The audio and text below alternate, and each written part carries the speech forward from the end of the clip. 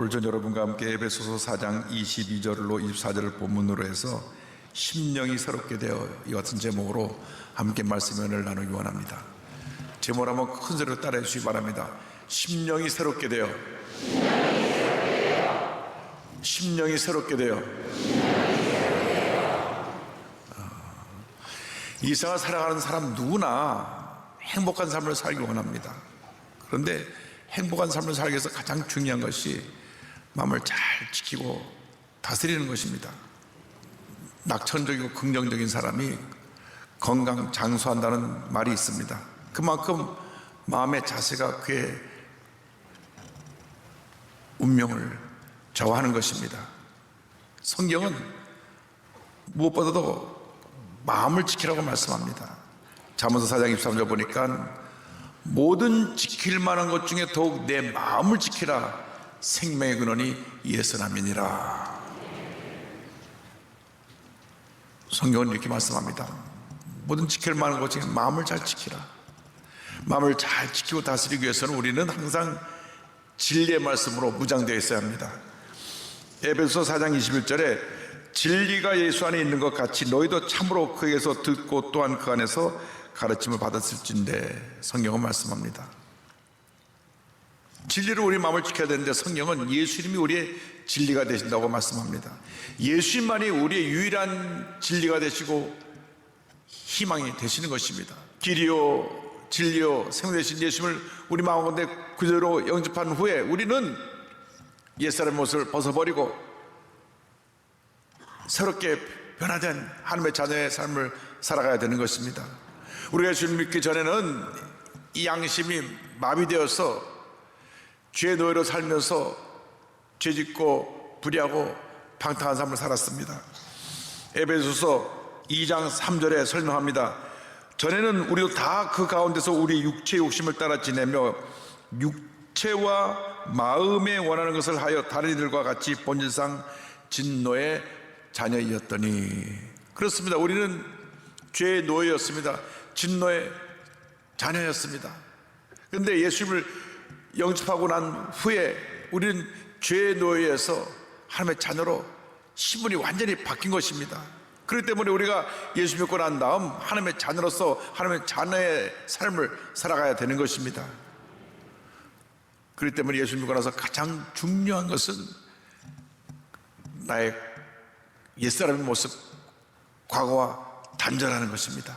이 과거가 평생 우리를 붙들고 괴롭히고 힘들게 합니다. 그래서 고린도후서 5장 10절에 이와 같이 위대한 선언의 말씀이 있습니다. 그런즉 누구든지 그리스도 안에 있으면 새로운 피조물이라 이전 것은 지나갔으니 보라 새 것이 되었도다. 성경은 이전 일에 대해서 기억하지도 생각하지도 말라고 말씀하고 있습니다. 이사야 43장 18절입니다. 너희는 이전 일을 기억하지 말며 옛날 일을 생각하지 말라. 기억하지 말라, 생각하지 말라. 옛날에 내가 하나님 뜻대로 살지 못하고 죄 가운데 살았을 때 그 모습을 마귀는 자꾸 기억나게 합니다. 예수를 믿고 나서도 많은 사람들이 과거에 붙잡혀서 고통 가운데 살아갑니다. 성격이 세심하고 내성적인 사람은 과거의 상처가 그를 붙들어서 그를 고통 가운데로 인도하는 것입니다.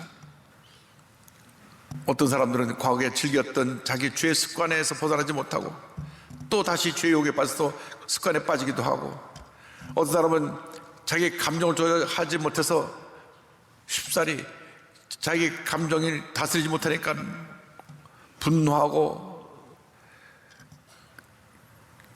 사람들 앞에서 감정을 표현해서 사람들과의 관계가 굉장히 어려운 삶을 살아가는 그런 분들도 있습니다.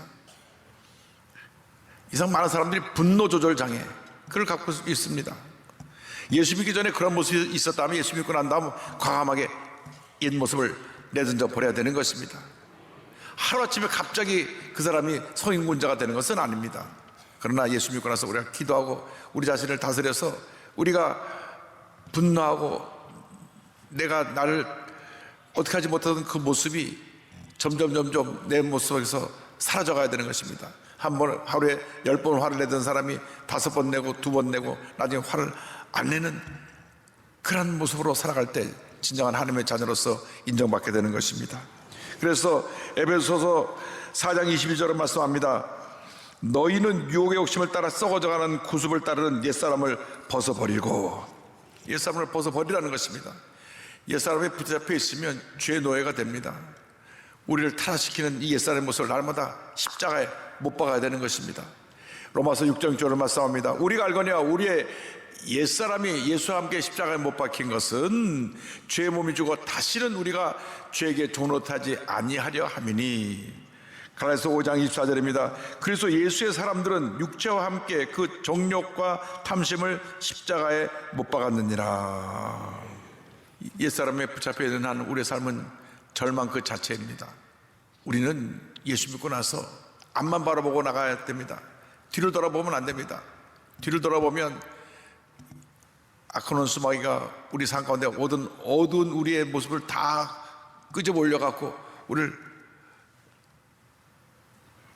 무너뜨리려고 온갖 일을 다 행하고 있는 것입니다. 그런데 이 옛사람은 유혹의 욕심을 따라간다 그랬습니다. 옛사람을 벗어버리기 위해서 이 우리에게 다가오는 유혹이라고 하는 이 아크논 수마귀의 괴계를 물리쳐야 되는 것입니다. 요셉은 보디발의 아내의 유혹을 뿌리치고 그 유혹의 자리를 피했기 때문에, 물론 그로 인해서 그가 억울하게 누명 쓰고 감옥에 가게 됐지만은 하나님의 때가 되니까 가장 낮은 자리에서 그를 가장 높은 자리로 올리셔서 애굽의 총리가 되게 하시고 위대한 하나님의 사람으로 쓰임을 받게 만들어 주셨던 것입니다. 그런데 하와는 똑같은 상황에서 선악과를 먹으면 하나님처럼 된다 하는 유혹을 받고 그 선악과를 따먹었습니다. 그리고 옆에 있던 아담에게도 주어서 아담도 같이 선악과를 먹었습니다. 창세기 3장 6절입니다. 여자가 그 나무를 본즉 먹음직도 하고 보암직도 하고 지혜롭게 할 만큼 탐스럽기도 한 나무인지라 여자가 그 열매를 따먹고 자기와 함께 있는 남편에게도 주매 그도 먹은지라. 죄에 대해서는 누가 먼저 죄를 졌다 그 말할 자격이 없습니다. 왜? 아담과 하와가 같이 그 자리에 있었고, 물론 하와가 유혹을 받았지만은 그 옆에 있던 아담이 절대로 먹지 말라고 말릴 수가 있었는데 성경을 보면 가서 쳐다봤어요. 그러니까 참 먹음직도 하고 보암직도 하고 지혜롭게 할 만큼 탐스럽기도 한 나무인지라 망설임 없이 그 선악과를 따먹고 옆에 있는 남편도 그 선악과를 주니까 그냥 냉큼 받아 먹었던 것입니다. 어떻게 보면 하나님의 말씀을 직접 들은 아담이 더 큰 죄인인지 모릅니다. 늘 최재열 목사님 이 대목만 나오면 말합니다. 그 아담이 멍청해가지고 내가 아담이었다면 손가락을 집어서 쳐서 다 토해내게 해갖고 죄지지 않게 할 건데 이 아담이 옆에서 멍청하게 서 있어갖고 받아먹고 같이 죄졌다고. 사실 우리가 유혹에 그만큼 약합니다. 그래서 우리는 늘 우리 자신을 하나님 앞에서 하나님이 기뻐하신 모습으로 살아갈 수 있도록 마음을 다스리고 잘 지켜야 되는 것입니다. 인류 조상인 아담과 하와가 죄를 지음으로 말미암아 인류 가운데 죄가 뿌리를 내리게 되었습니다. 로마서 3장 23절로 말씀합니다. 모든 사람이 죄를 범하였음에 하나님의 영광이 이르지 못하더니, 모든 사람이 죄를 범하였음에 죄에서 자유로울 사람은 한 사람도 없습니다. 우리가 육신 입고 있는 동안에는 끊임없이 죄의 유혹이 우리를 죄로 이끌어가는 것입니다. 그 죄의 뿌리가 탐욕이고 교만입니다. 그래서 우리를 사망에 이르게 합니다.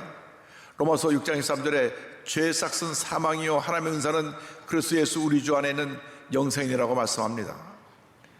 우리 마음 가운데 하나님을 사랑하고 하나님을 의지하고 하나님 뜻대로 살아가고자 하는 그 가장 중요한 하나님 제일주의 신앙을 지키지 못하면 우린 유혹에 빠지고 탐욕에 빠져서 죄 가운데 무너지게 되는 것입니다. 그래서 우리가 옛사람 모습을 벗어버리고 하나님 기뻐하시는 모습으로 살아가기 위해서는 날마다 말씀으로 충만하고 성령으로 충만해서 하나님 기뻐하시는 삶을 살아야 되는 것입니다.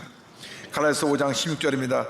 내가 이르노니 너희는 성령을 따라 행하라. 그리하면 육체의 욕심을 이루지 아니하리라. 우리 순복음교회가 세계 최대 교회가 된 그 배경 가운데 하나가 이 바로 성령 충만입니다. 우리의 힘과 능력으로는 죄의 욕을 이길 수가 없습니다. 반드시 성령으로 충만해야 됩니다. 성령의 불을 받아야 되는 것입니다. 성령 충만 받을 때 하나님께서 우리를 붙들어 주시고 위대한 하나님의 역사를 이루시는 것입니다.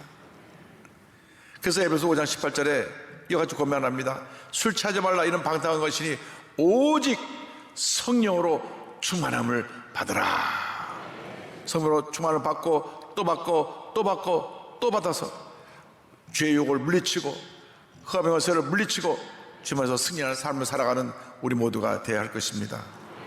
절대로 마귀가 틈탈 기회를 주지 말고 옛사람의 모습을 벗어버리고 우리 새 사람으로 변화되어 새 사람의 옷을 입고 살아가야 되는 것입니다. 우리가 새 사람으로 살아가기 위해서는 우리 심령이 새로워져야 됩니다. 에베소서 4장 23절 24절은 말씀합니다. 오직 너희의 심령이 새롭게 되어 하늘을 따라 의와 진리의 거룩함으로 지으심을 받은 새 사람을 입어라. 의와 진리의 거룩함으로 지으심을 받은 새 사람을 입어라. 우리가 주님 안에서 변화된 새 사람의 옷을 입고 살아야 되는 것입니다. 세상 풍조를 따라 죄짓고 불의하고 방탕하고 살고 있던 옛사람의 옷을 내던져 버리고 예수의 보혈로 덮어서 우리 죄를 사하고 우리를 의롭다 만들어주신 그 새 사람의 옷을 입고 하나님의 뜻을 따라 살아가는 우리 모두가 되어야 되는 것입니다. 우리 매 순간 결심해야 됩니다. 주님 뜻대로 살기 원합니다. 주님 뜻대로 살기 원합니다. 사실 우리 찬송에도 있잖아요. 주님 뜻대로 살기로 했네. 주님 뜻대로 살기로 했네. 주님 뜻대로 살기로 했네. 뒤돌아서지 않겠네. 부르자마자 싹 돌아서고 싹 돌아서고. 그것이 우리들의 문제입니다. 결심해야 됩니다. 주님, 내가 뒤돌아서지 않겠습니다. 주님 기뻐하시는 삶을 살기 원합니다. 우리의 삶에 매 순간 새 사람을 옷 입는 결단이 필요한 것입니다. 존 메가더 목사님께서 이와 같이 말씀하셨습니다. 신자가 되면 하나님이 새 마음을 허락하신다. 그러나 새 마음에 새 생각을 채우는 것은 우리의 몫이다. 하나님 나라의 시민이 되는 순간에 우리에게는 새 마음이 주어지지만 그때로부터 이 새 마음에 올바른 생각을 쌓아 나가야 한다. 이런 이유로 바울은 이렇게 말했다. 무엇이든지 참되며 무엇이든지 경건하며 무엇이든지 옳으며 무엇이든지 정결하며 무엇이든지 사랑받을 만하며 무엇이든지 칭찬받을 만하며 무슨 덕이 있든지 무슨 기림이 있든지 이것들을 생각하라.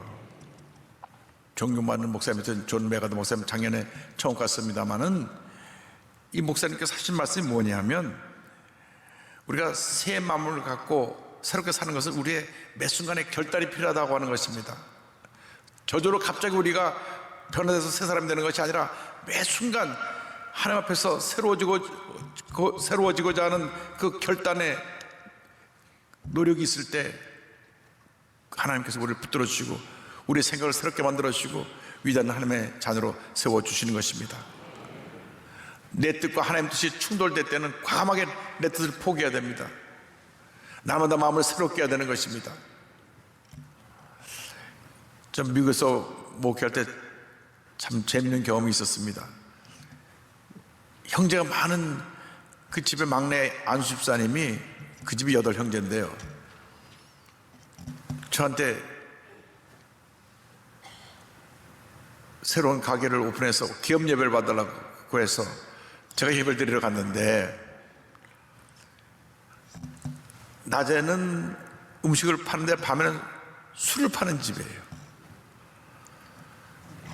그래서 제가 와서 기업 예배를 받으려고 그러는데 잘 되라고 축복할 수도 없고 망하라고 할 수도 없고 그래서 제가 그날 기업 예배 드릴 때 무슨 메시지를 전나 지금 돌이켜 생각해보니까 주님의 뜻이 이루어지게 하여 주옵소서. 6개월 만에 망했습니다.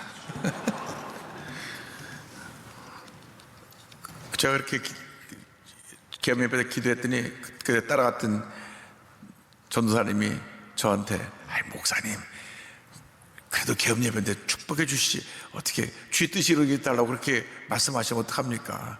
그 집사님의 얼굴이 좀 표현적이 안 좋더라고. 그래서 그럼 내가 뭐 잘 되라고 어떻게 기도합니까? 잘 되라가면 그 집 술집이 잘 되는 것인데 또 망하라고 그럴 수도 없고 그 주의 뜻이 이루어지게 달라고 한 것인데, 여러분 매 순간 주님의 뜻을 찾아야 되는 것입니다. 하나님의 뜻이 내 뜻과 다르면 가만히 내 뜻 포기해야 되는데 이분은 쉽게 그것서 몫이 좋아서 돈을 잘 벌 수 있다고 하니까 그냥 덮어덕 그 가게를 인수한 것입니다. 그래서 우리가 늘 하나님 앞에서 하나님 기뻐하시는 결단을 해야 되고 그러한 마음 자세로 살아야 됩니다. 마음이 새로워지지 않으면 어떠한 변화도 다가올 수가 없습니다. 우리가 성령 충만 받아서 새로워진 모습으로 하나님 영혼을 살아가는 우리 모두가 되어야 할 것입니다. 여러분, 성령 충만은 지속적인 충만으로 우리에게 다가와야 됩니다. 한번 반짝하고 불이 꺼지면 안 됩니다. 계속 충만받고 또 충만받고 충만받아야 됩니다. 그러면 고집과 교만으로 굳어진 마음이 깨어지고 우리 마음에 부드러워진 마음이 되어서 하나님 앞에 귀하게 쓰임받을 수 있는 주님의 자녀가 되는 것입니다. 에스겔 36장 26절을 말씀합니다. 또 새 영을 너희 속에 두고 새 마음을 너에게 주되 너희 육신에서 굳은 마음을 제거하고 부드러운 마음을 줄 것이며, 굳은 마음, 완악한 마음, 교만한 마음을 깨뜨리시고 부드러운 마음은 온유와 겸손으로 무장된 마음으로 바꾸어 주시는 것입니다.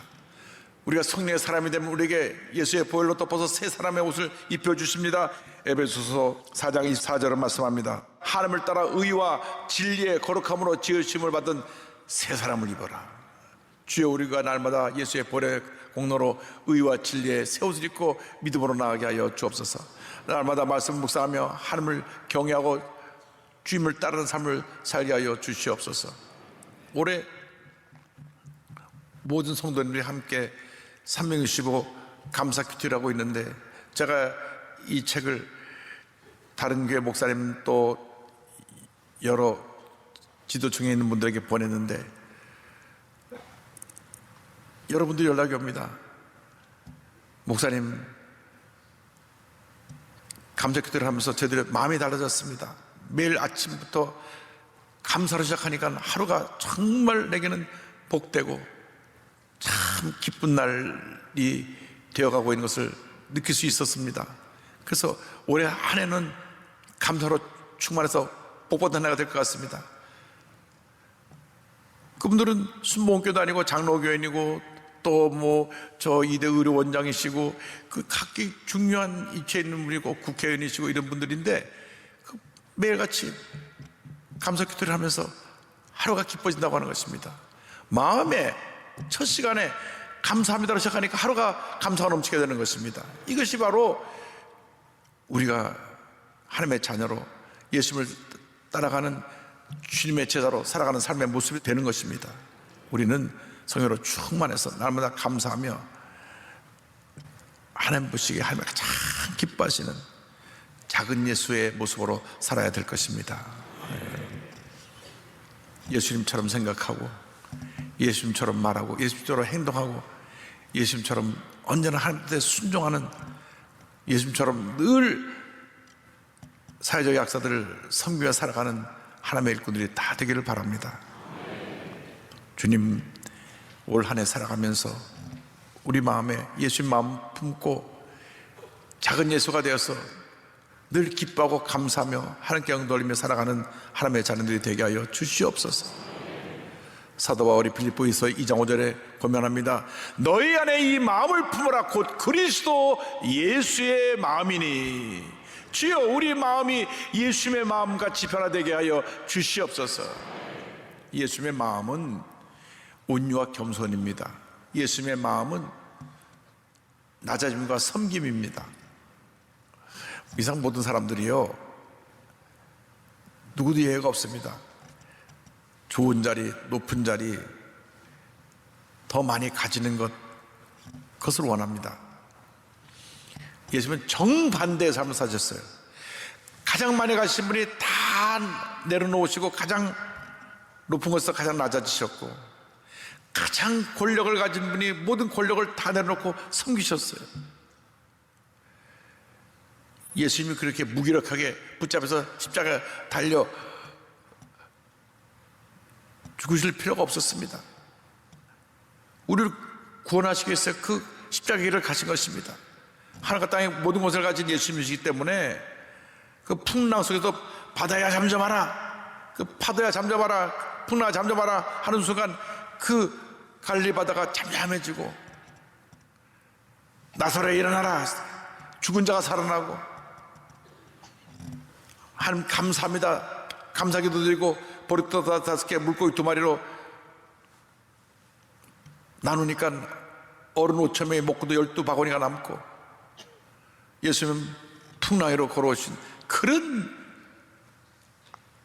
하나님이시여 절대 권력을 가진 예수님이셨지만 우리를 죄에서 구원하시기 위해서 낮아지셨습니다. 철저히 낮으셨습니다. 마태복음 20장 28절에 말씀하십니다. 인자가 온 것은 섬김을 받으려 함이 아니라 도리어 섬기려 하고 자기 목숨을 많은 사람의 대속물로 주려 함이니라. 예수님은 우리를 위해서 희생하셨습니다. 우리는 조금도 손해보는 인생을 살지 않으려고 합니다. 누가 나에게 비난하는 걸 참지 못합니다. 감정을 제대로 다스리지 못합니다.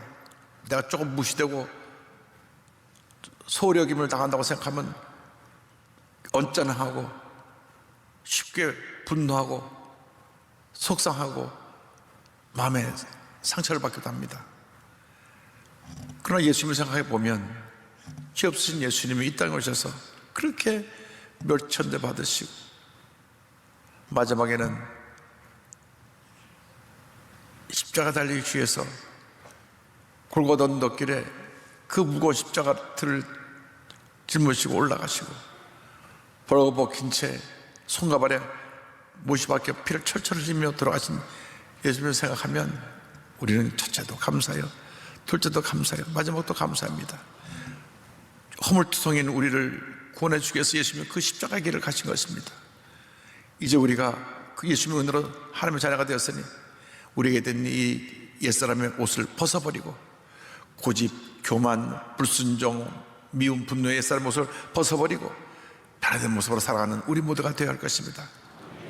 우리는 달라진 삶을 살아야 됩니다. 쉽게 거짓말하고 화를 내고 남에게 함부로 하고 더러운 말하고 하여튼 이 옛사람의 옷을 다 벗어버리고 새 사람을 옷 입고 나가는 우리 모두가 되어야 될 것입니다. 하나님의 나라는 이상의 물질의 풍요로움 속에 오는 것이 아닙니다. 성경은 말씀합니다. 하나님의 나라는 먹는 것과 마시는 것이 아니요 오직 성령 안에 있는 의와 평강과 희락이라. 로마서 14장 17절입니다. 성령 안에서 의와 평강과 희락이 넘쳐나는 삶을 살기를 바랍니다. 여러분, 예수 믿고 나서 하나님 나라가 임해야 돼요. 내 마음속에 주님의 의로우심이 임해야 됩니다. 그래서 죄와 미움과 모든 흑암 권세가 우리가 분리되어져서 하나님이 인정하시는 의로운 자로서 하나님 영원히 살아갈 때 주님께서 우리 마음 가운데 평안함을 주십니다. 샬롬을 주십니다. 어떤 환난 풍부하다가도 나의 마음 속에 늘 평안해, 그 평안함을 주시는 것입니다. 그 마음의 평안함, 그 평안함이 밖으로 나타나는 것이 무엇입니까? 희락입니다. 기쁨이 넘쳐납니다. 우리가 우울하고 괴롭고 슬픈 것은 성령으로 충만하지 못해서 그런 것이요, 아직도 옛사람의 옷을 입고 있기 때문에 그런 것입니다. 오늘 많은 사람들이 슬퍼하고 우울해하고 낙심해 고통 가운데 살아가고 있습니다. 그러나 이제는 우리가 이 옛사람 옷을 벗어버려야 됩니다. 더 이상 우울해하지 말고, 더 이상 괴로워하고 낙심하지 말고 이제 다 벗어버리고 새 사람을 옷 입고 의와 평강과 희락이 넘쳐나는 삶을 살게 되기를 바랍니다.